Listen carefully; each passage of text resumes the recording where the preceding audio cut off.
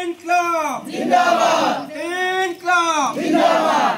মাহিলী বেতন বৰ্ধিত হাৰত দৰমহা দিবই লাগিব মাহিলী বেতন বৰ্ধিত হাৰত দৰমহা দিবই লাগিব 3 চনৰ 14 চনতে মাষ্টাৰ দুজনকৈ কৰ্মীক নিয়মীয়াকৰণ কৰিবই লাগিব দুজনকৈ মাষ্টাৰ হৰিজনক নিয়মীয়াকৰণ ইনকলাব জিন্দাবাদ ইনকলাব জিন্দাবাদ আমাৰ 5 দফা দাবী মানিবই লাগিব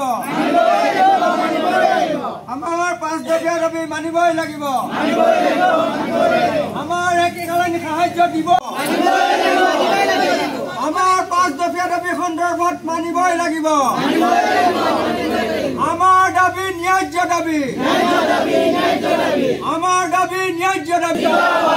ইনকলাব জিন্দাবাদ ইনকলাব জিন্দাবাদ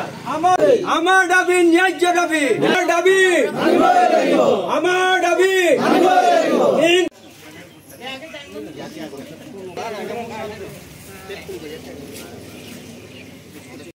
আমাৰ সমস্যাটো আজি বহুত দিন দীঘলীয়া হৈ আহিছে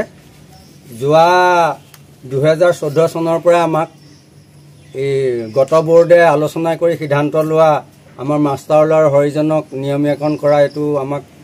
মানে লুকুৱাই ৰাখিছে আজিলৈকে দিয়া নাই আমি ভাগৰি গৈছো মহোদয়াক কাগজ দি তাৰ পিছতে আমাৰ 5টা দাবী আমি এই সন্দৰ্ভত আমি তেওঁলোকক ডিমান্ড দিছিলো 5টা দাবীৰ ভিতৰত আমি মাহিলী বেতনটো বৰ্ধিত হাৰত দিয়া আৰু মাষ্টাৰ হৰিজনৰ দুজনকৈ আমাক নিয়মীয়াকৰণ কৰা 3 নম্বৰতে আমাৰ 2015 চনতে আমাক গত বোৰ্ডে দি থৈ যোৱা এই মাষ্টাৰ হৰিজনক এজন তাকৈ পিএফ কাটি আমাক এটা ইন্সুৰেন্স দিয়া আৰু মানে 2015 চনত তেওঁলোকে আৰু এটা সিদ্ধান্ত লৈছিল আমাৰ প্ৰতিজন কৰ্মীকে একদম নিম্ন শ্ৰেণীৰ কাৰণে আমাক একোটাকৈ পিএফ মানে কি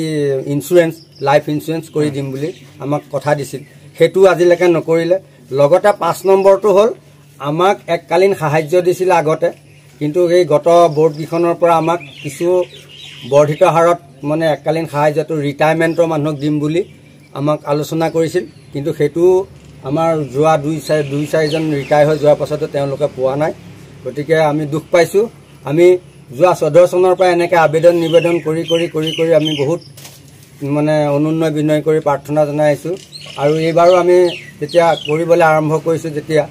আমি কিবা এটা উপক্ৰম হ'লেহে আমি এই আন্দোলনত আমি স্থগিত ৰাখিম নহলে আমি আন্দোলন আগলৈকে চলাই যাম বুলি দৰকাৰ হলে আমি অনিৰ্দিষ্ট কাললৈকে আন্দোলন কৰিম বুলি আমি দৃঢ় সংকল্প লৈছো এতিয়া আপোনালোকে পূৰ্ণ হয় নমস্কাৰ মই শ্ৰী ইন্দুমণি দাস বৰ্তমান কম্পিউটাৰ আছো কম্পিউটাৰত কিন্তু ইয়াতে কি হয় মোৰ আগতেও মই অকমান অসুস্থ হোৱাৰ বাবে মই এমাহ লিভ ল'বলগীয়া হৈছিল তেতিয়া দুজনকে কৰ্মী ইয়াত নিয়োগ কৰা হৈছিল তেওঁক কিন্তু তেতিয়া 500 টকাকে স্কিল এমপ্লয়ি হিচাপে তেওঁলোকক বেতন দিয়া হৈছিল যেহেতু দুইজনক অতৰাই মই অকলে সেই কামটো কৰো এতিয়া বৰ্তমান মোক 300 টকাকে বেতন দি থকা হৈছে ডেইলি যেটো মজদুৰি হয় হেতু 300 টকাকে দি থকা হৈছে মোৰ প্ৰশ্নটো ইয়াতে যে যদি বেলেগ এজনে কম্পিউটাৰ কাম কৰিলে স্কিল এমপ্লয়ি হয় তেনেহলে মই হে একেটা কাম কৰিলে কেনেকৈ আনস্কিল হৈ পৰো গতিকে সঠিক ন্যায় এটা বিচাৰি ধৰক এখন পৌৰসভা আইন আছে আৰু পৌৰসভা চলোৱাও বেলেগ কথা আৰু আইনখনো বেলেগ কথা কিন্তু আইনৰ মতে যদি এটো হয় তেনেহলে এটা বিচাৰ পাম বুলি আন্দোলন কৰি আছো নাজিৰা পৌৰসভা